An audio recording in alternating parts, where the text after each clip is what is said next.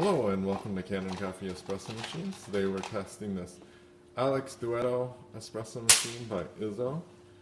And so let's go ahead and pull a shot.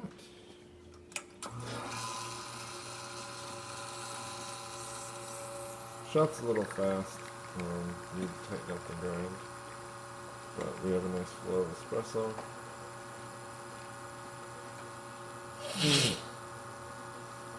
Sorry about that. Allergies. Alright, so let's test the steam. Nice steam. Hot water.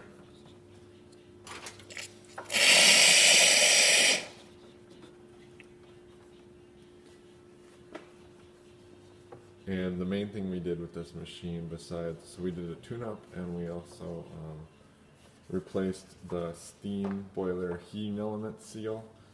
It's a common issue with these machines that the heating element seal goes bad. It has like a rubber or some type of material like that. And the old seal on the new one we put in is Teflon, so that's a lot stronger. So thank you for pairing with Kanen Coffee. Please like our videos below. If you'd like to see more videos like this, subscribe to our channel. Thank you.